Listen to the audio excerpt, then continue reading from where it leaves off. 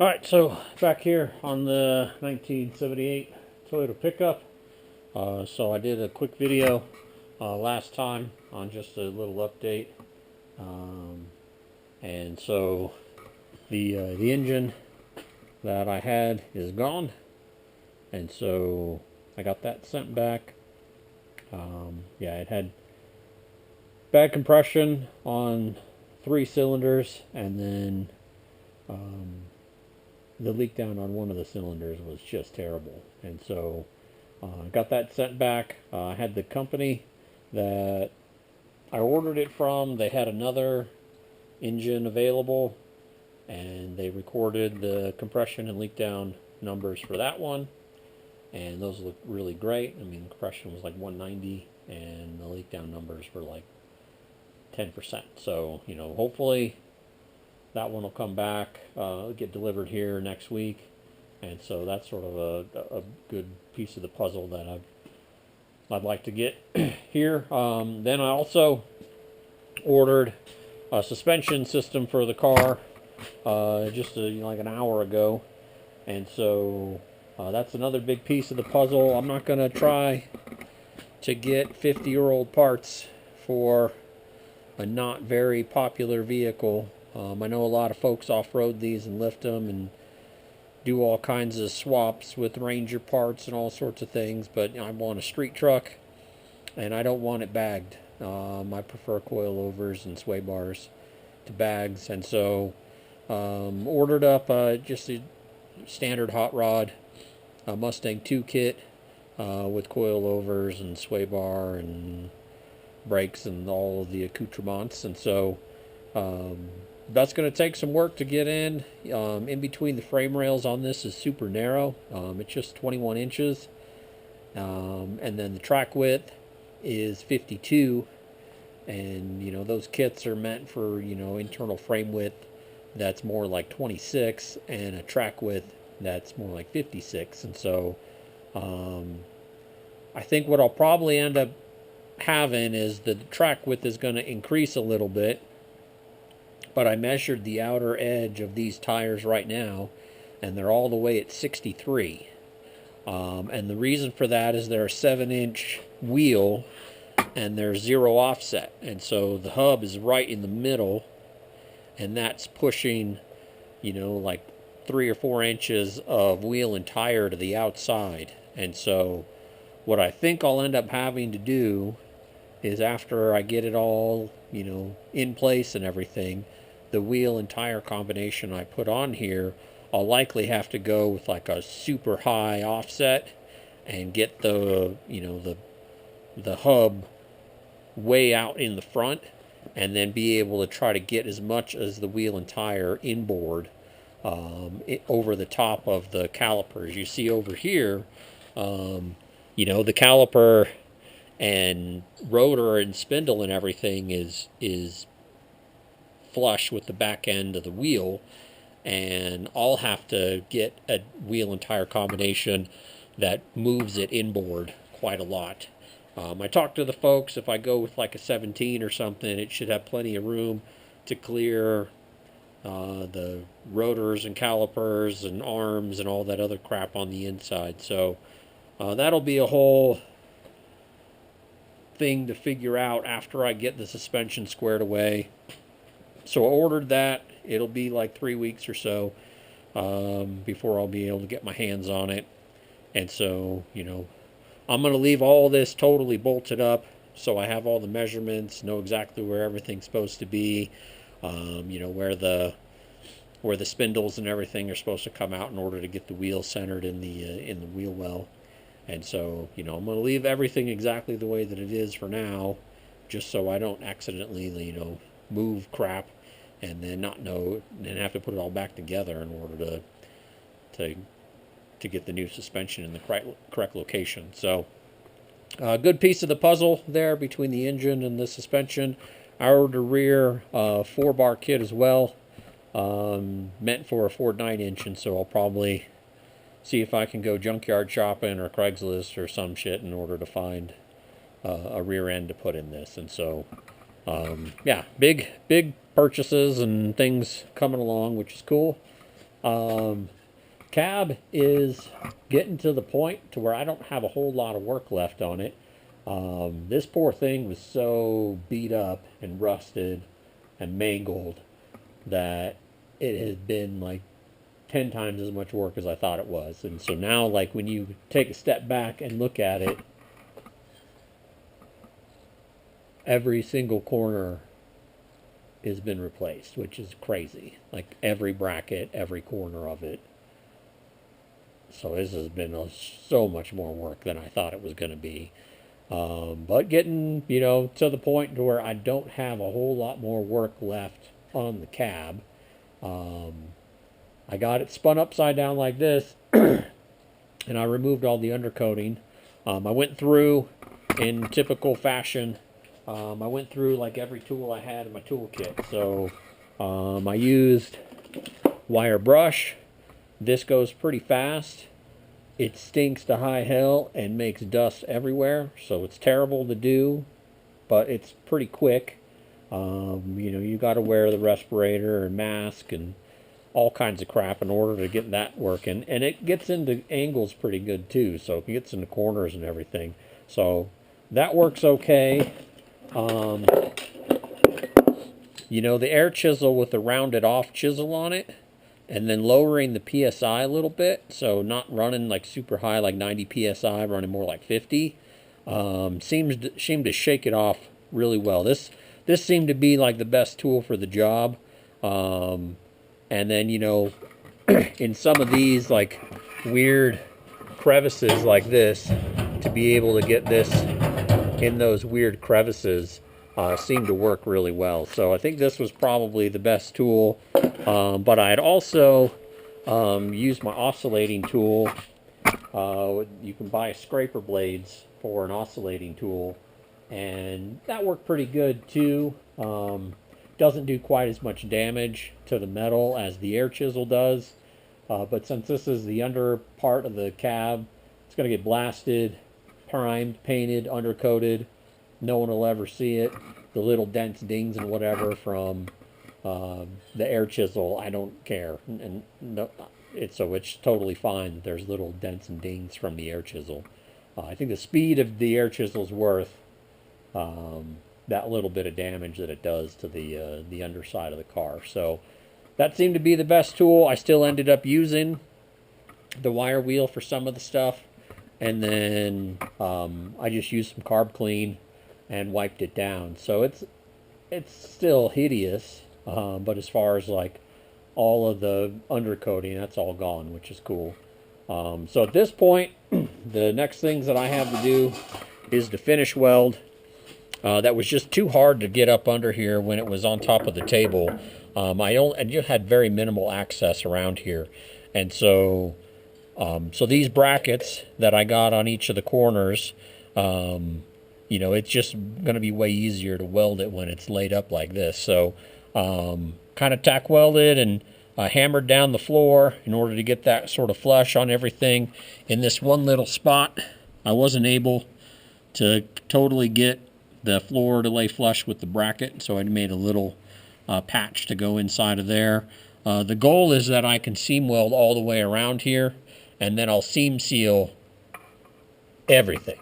So what I think I'll end up doing is after it comes back from blast, I'll get it covered in epoxy, and then I don't even know how many tubes of seam sealer.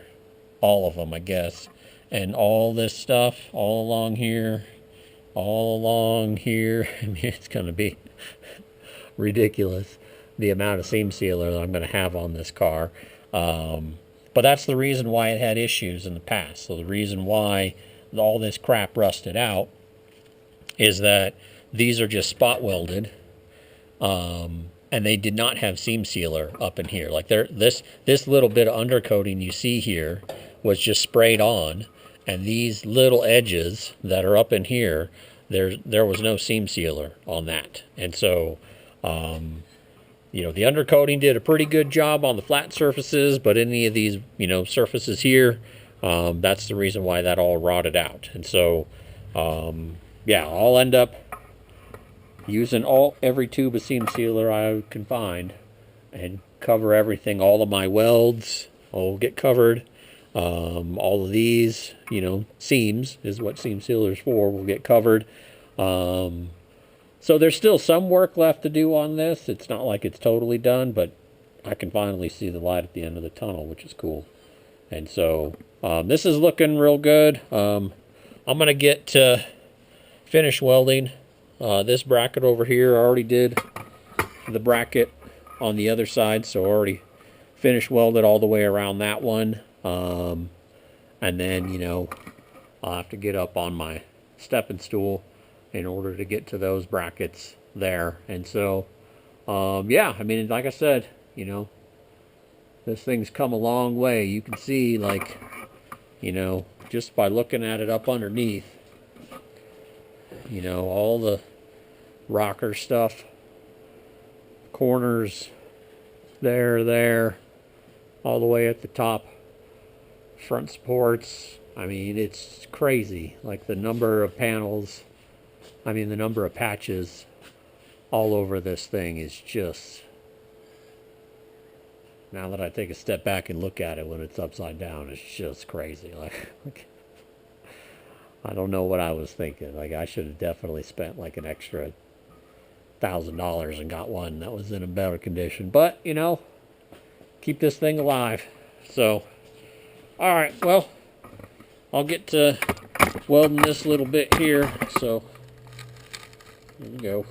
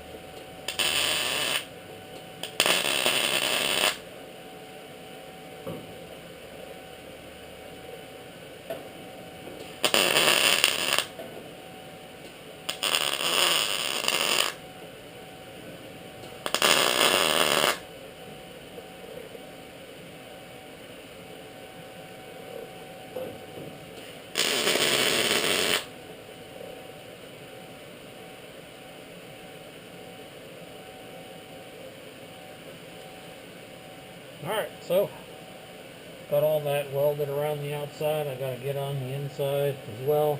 Bit out here on this edge and then get up on the stepping stool. So, more of the same. Alright, thanks. See you in the next one.